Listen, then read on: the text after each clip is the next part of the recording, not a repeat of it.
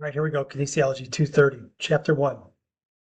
Presentation number 4, we're going to focus on neuromuscular junction. Thus far, we've talked about the muscle and going from big picture down to small picture all the way onto the sarcomere and actin and myosin.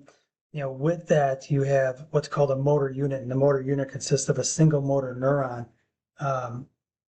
In the body, you have motor neurons and sensory neurons, and there's different terminology for those. I'm just going to stick with motor neuron for right now and sensory, but just realize that you have different terminology for those.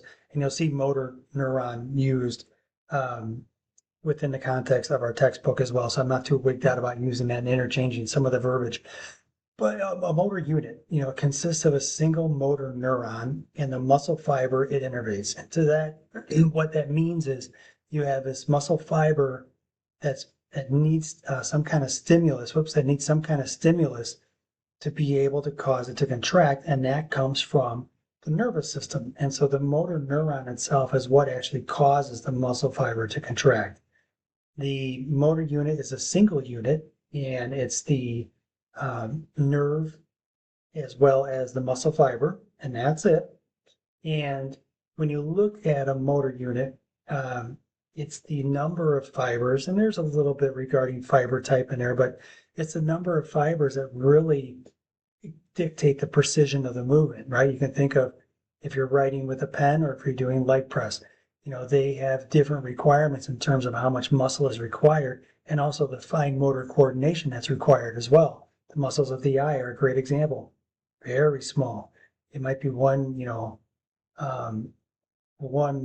single muscle fiber, or not one single, but maybe like a smaller group of 10 muscle fibers per one motor neuron.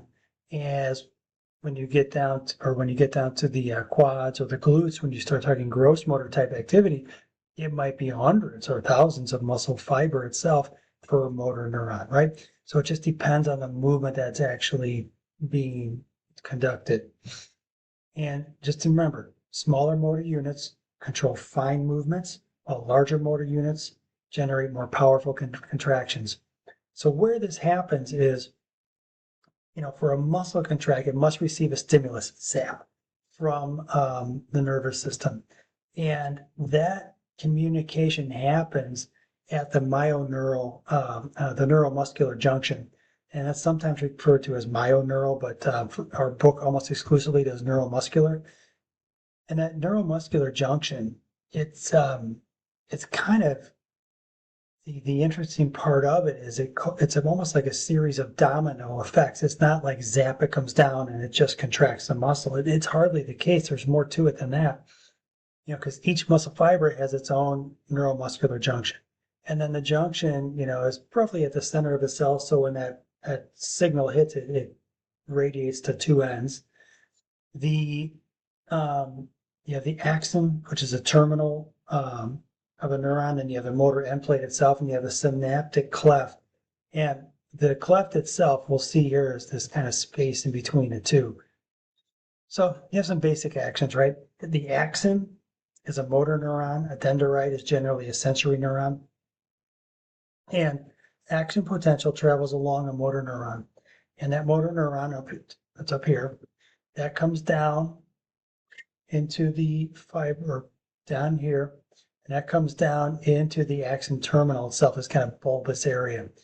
And from there, this causes a release of an excitatory neurotransmitter called acetylcholine, ACH.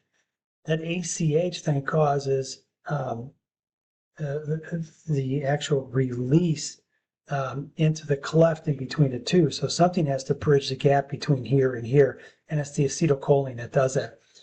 And so the cause of that, though, is when you have that, there's a receptor on the other side of the equation, and that receptor on the other side of that cleft, or the synapses there, leads to an action potential in the sarcolemma of the muscle fiber.